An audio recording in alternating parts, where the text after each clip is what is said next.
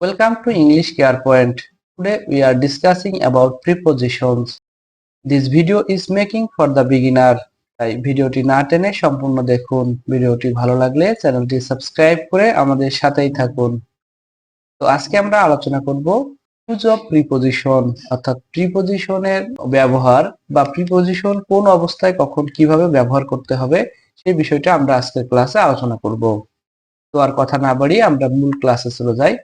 আজকের ক্লাসে আমি কতগুলা প্রিপজিশন কোন অবস্থায় ব্যবহার করতে হয় এটা এখানে তুলে ধরবো। তো আশা করি এটা তোমাদের পরবর্তীতে যে প্রিপজিশনের ব্যবহার দেখাবো সেই ক্ষেত্রে খুবই কাজে দেবে। তো আজকের ক্লাসের প্রথম যে শব্দটা আছে এটা আছে টু, কালারটা নিয়ে নিলাম। তো প্রথমে আছে টু শব্দটা যখন ব্যবহৃত হয় হচ্ছে কোনো দিকে গতিশীল অবস্থা বোঝাতে শব্দটাকে আমরা ব্যবহার করে থাকি। এখানে দেখেন এই যে একটা বৃত্ত আছে, বৃত্তের বাইরের থেকে বৃত্তের দিকে যাইতে শব্দটাকে এখানে আমরা রেখেছি। অর্থাৎ কোনো একজন ব্যক্তি এখানে যদি অবস্থান করে, এই ব্যক্তি যখন বৃত্তের দিকে যাবে সেটা বোঝাতে আমরা টু ব্যবহার করি। তো আমরা এটা পরবর্তী ক্লাসে বাক্যের মাধ্যমে দেখাবো যে টুটা আমরা কখন ব্যবহার করি। যেমন আমরা বলতে পারি he goes to school, to school অর্থাৎ সে স্কুলের দিকে যাচ্ছে। এই যে আমরা এই বাক্যে এখানে টুটাকে ব্যবহার করলাম, অর্থাৎ সে স্কুলের দিকে যাচ্ছে। ধরেন এই বৃত্তটা হচ্ছে একটা স্কুল আর এই বাচ্চাটা এ স্কুলের দিকে যাচ্ছে, অর্থাৎ এই যে হচ্ছে ছাত্র, এ স্কুলের দিকে যাচ্ছে। এই দিকটা বোঝাতে আমরা টু ব্যবহার করে থাকি। এর পরবর্তী শব্দটা আছে ফ্রম। ফ্রম শব্দটা হচ্ছে কোনো স্থান হতে বা থেকে গতিশীল অবস্থা, অর্থাৎ এটা টু এর বিপরীত অবস্থা বোঝায়। শব্দটার বিপরীত, অর্থাৎ টু হচ্ছে সামনের দিকে যাওয়া বোঝায়, আর ফ্রম শব্দটা ব্যবহৃত হয় কোনো একটা নির্দিষ্ট জায়গা থেকে ফিরে আসা বা কোনো একটা নির্দিষ্ট জায়গা থেকে আসা। তো এই ক্ষেত্রে আমরা একটা বাক্য দেখি যে রহিম রহিম কামস ফ্রম ঢাকা, অর্থাৎ রহিম ঢাকা থেকে এসেছে। Rahim comes from Dhaka, Rahim comes from Dhaka এই বাক্যে এই ফ্রমটাকে আমরা ব্যবহার করেছি। অর্থাৎ রহিম আগে ঢাকা থাকতো, সে ঢাকা থেকে এখন যে কোনো একটা জায়গায় এসেছে। তো আমরা এই শব্দটারও ব্যবহার বুঝতে পেরেছি যে কোনো স্থান হতে বা থেকে গতিশীল অবস্থা বোঝাতে ফ্রম ব্যবহৃত হয়। তো এর পরের শব্দটা আছে ইনটু, অর্থাৎ বাইরে থেকে ভিতরের দিকে গতিশীল অবস্থা। আমরা এখানে একটু ইনটুটাকে দেখি, ইনটু শব্দটা এখানে আছে। তো এই ইনটু শব্দটাকে আমরা ব্যবহার করে থাকি বাইরের থেকে ভিতরে, অর্থাৎ এই বৃত্তের বাইরে একজন আছে, সে হচ্ছে বৃত্তের ভিতরে প্রবেশ করবে। এই প্রবেশ করা অর্থে আমরা ইনটু শব্দটাকে ব্যবহার করে থাকি। তো আমরা এটাকে একটা বাক্যে দেখি যে বাক্যে আমরা এটা কিভাবে ব্যবহার করব। আমরা এখানে লিখতে পারি he enters into the room, to the room, অর্থাৎ সে রুমে প্রবেশ করছে। সে এখন রুমের বাইরে আছে, এই রুমের বাইরে থেকে সে রুমের ভিতরে প্রবেশ করছে। এইটা বোঝাতে আমরা ইনটু শব্দটাকে ব্যবহার করে থাকি। অর্থাৎ হি ইন্টার্স ইনটু দ্য রুম, সে রুমে প্রবেশ করছে, অর্থাৎ সে এখনো রুমে প্রবেশ করে নাই, রুমে প্রবেশ করার পথে আছে। এই ক্ষেত্রে আমরা ইনটু শব্দটাকে ব্যবহার করে থাকি। এর পরের শব্দটি আছে থ্রো। থ্রো অর্থ হচ্ছে ভিতর দিয়ে অতিক্রমণ করা। অর্থাৎ আমরা এখানে থ্রো শব্দটাকে এখানে রেখেছি। এখানে দেখেন বৃত্তের ভিতরের অর্থাৎ বাইরে ছিল, এই পয়েন্টটা হচ্ছে এখানে, এখান থেকে প্রবেশ করে বৃত্তটাকে ছেদ করে এর বাইরে বেরিয়ে চলে এসেছে। অর্থাৎ থ্রো অর্থ হচ্ছে এক প্রান্ত দিয়ে প্রবেশ করে আর এক প্রান্ত দিয়ে বেরিয়ে যাওয়া। এক্ষেত্রে থ্রো ব্যবহৃত হয়, অর্থাৎ ভিতর দিয়ে অতিক্রমণ করা। এখান এই ব্যক্তিরা এখান থেকে শুরু করে ভিতর দিয়ে প্রবেশ করে এই প্রান্তে চলে এসেছে, এই অবস্থাটাকে বোঝাতে থ্রো শব্দটি ব্যবহার করা হয়। এর পরের শব্দটি আছে আউট অফ, ভিতর থেকে বাইরের দিকে গতিশীল অবস্থা। অর্থাৎ এই যে আউট অফ হচ্ছে কেউ একজন এই ভিতরে আছে, এই ভিতর থেকে বাইরের দিকে সে বেরিয়ে আসতেছে। এইটা বোঝাতে গতিশীল অবস্থা, অর্থাৎ বাইরে ভিতর থেকে বাইরে বোঝাতে হচ্ছে আউট অফ ব্যবহৃত হয়। He go out of the room, অর্থাৎ সে রুমের বাইরে যাচ্ছে। He goes out of the room. আমি এখানে একটা বাক্যই ব্যবহার করতেছি যাতে বুঝতে সহজ হয় এবং সহজ একটা বাক্যই নিচ্ছি। গোস আউট অফ দা রুম, অর্থাৎ সে রুমের বাইরে যাচ্ছে। এই রুমের বাইরে যাওয়া বোঝাতে আমরা আউট অফ শব্দটি ব্যবহার করে থাকি, অর্থাৎ আউট অফ প্রিপজিশনটি ব্যবহার করে থাকি। তো আশা করি এটা আপনারা বুঝতে পারছেন। এবার আমরা পরবর্তী শব্দটায় চলে যাই। পরবর্তী প্রিপজিশনটা আছে ইন। ইন হচ্ছে ভিতরে স্থিতি অবস্থা বোঝাতে ব্যবহৃত হয়। এক্ষেত্রে আমরা একটা বাক্যে দেখি যে ইন শব্দটা আমরা কিভাবে বোঝাই।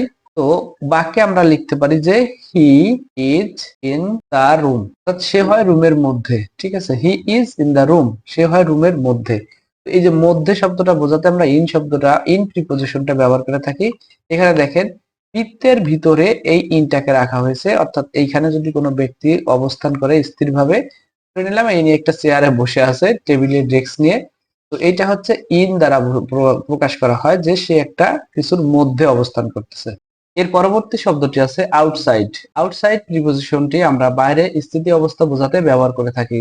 এখানে দেখেন বৃত্তের ভিতরে থেকে যখন আমরা বাইরে বোঝাচ্ছি, অর্থাৎ এই যে আউটসাইড শব্দটা রেখেছি, এটা হচ্ছে বাইরে অবস্থান করতেছে, অর্থাৎ বাইরে কোন একজন ব্যক্তি স্থিরভাবে দাঁড়ায় আছে, এটা বোঝাতে আমরা আউটসাইড শব্দটি ব্যবহার করে থাকি। যেমন আমরা বলতে পারি Rahim stands outside the room. Outside the room অর্থাৎ রহিম রুমের বাইরে অবস্থান করছে বা দাঁড়িয়ে আছে। Rahim stands outside the room অর্থাৎ রহিম কি রুমের বাইরে দাঁড়িয়ে আছে। তো আমরা এই বৃত্তটাকে যদি একটা রুম মনে করি, তাহলে রহিম দাঁড়িয়ে আছে কোথায়? রুমের বাইরে। এই যে বাইরে অবস্থান করা বা স্থির অবস্থায় দাঁড়িয়ে থাকা, এটা বোঝাতে আমরা আউটসাইড প্রিপজিশনটি ব্যবহার করে থাকি। এবার আমরা পরবর্তী প্রিপজিশনে চলে যাই। এটা হচ্ছে অন আছে। অন প্রিপজিশনটি আমরা তল স্পর্শ করে উপরে অবস্থান করছে এই অবস্থা বোঝাতে ব্যবহার করে থাকি। তো আমরা গত ক্লাসে ইন এবং ওয়ান শব্দটির ব্যবহার দেখেছি। তো ইন এবং ওয়ান প্রিপজিশন আমরা যেসব ক্ষেত্রে ব্যবহার করি গত ক্লাসে সেগুলো নিয়ে আলোচনা করা হয়েছে, সামনের ক্লাসেও আরো বিস্তারিত আলোচনা করা হবে।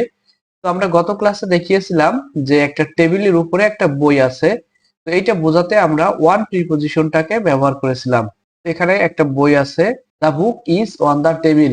তো এখানে the book is on the table, এক্ষেত্রে দেখেন এই বইটা কিন্তু টেবিলের যে উপরের তলটা আছে এটাকে স্পর্শ করে আছে, অর্থাৎ এটার উপরে নাই। এটা থাকার কারণে আমরা এখানে ওয়ান ব্যবহার করেছি। এখানে আমরা লিখেছিও তল স্পর্শ করে উপরে অবস্থান করা, অর্থাৎ উপরের কোনো কিছু স্পর্শ করে যখন অবস্থান করে তখন সেক্ষেত্রে আমরা ওয়ান প্রিপজিশনটি ব্যবহার করে থাকি। তো এই ক্ষেত্রে দেখেন যে বৃত্তটাকে আমরা মূল হিসেবে ধরেছি, এই বৃত্তের ঠিক উপরে স্পর্শ করে এই রেখাটা চলে গেছে, তো অর্থাৎ এই রেখাটা এখানে অবস্থান করতেছে। তো আমরা এখানে যদি কোনো কিছু ধরি যে এখানে অবস্থান করতেছে কোনো একটা বস্তু, সেই ক্ষেত্রে আমরা এই ওয়ানটাকে ব্যবহার করে থাকি, অর্থাৎ ওয়ান প্রিপজিশনটাকে আমরা তখন ব্যবহার করে থাকি।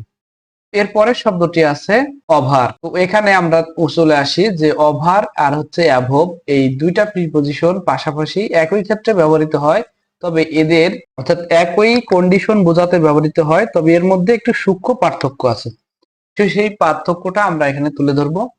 এখানে দেখেন ওভার শব্দটা আমরা ব্যবহার করব যখন তল স্পর্শ না করে উপরে গতিশীল অবস্থায় থাকবে, সেই অবস্থা বোঝাতে আমরা ওভার ব্যবহার করব। আর অ্যাবভ ব্যবহার করব তল স্পর্শ না করে উপরে স্থির অবস্থায় আছে সেটা বোঝাতে। তো আমরা ওভারটাকে ব্যবহার করব হেলিকপ্টার দিয়ে, মনে রাখতে পারি যে এখানে একটা হেলিকপ্টার, এই হচ্ছে একটা হেলিকপ্টার, এই হেলিকপ্টারটা উপর দিয়ে চলে যাচ্ছে, এটা গতিশীল অবস্থায় আছে, অর্থাৎ এইদিকে যাচ্ছে। এই গতিশীল অবস্থা বোঝাতে আমরা ওভার শব্দটাকে ব্যবহার করব, অর্থাৎ the helicopter is over my head, অর্থাৎ আমার মাথার উপরে আছে, এটা গতিশীল অবস্থায় আছে, এই অবস্থা বোঝাতে আমরা ওভার ব্যবহার করব।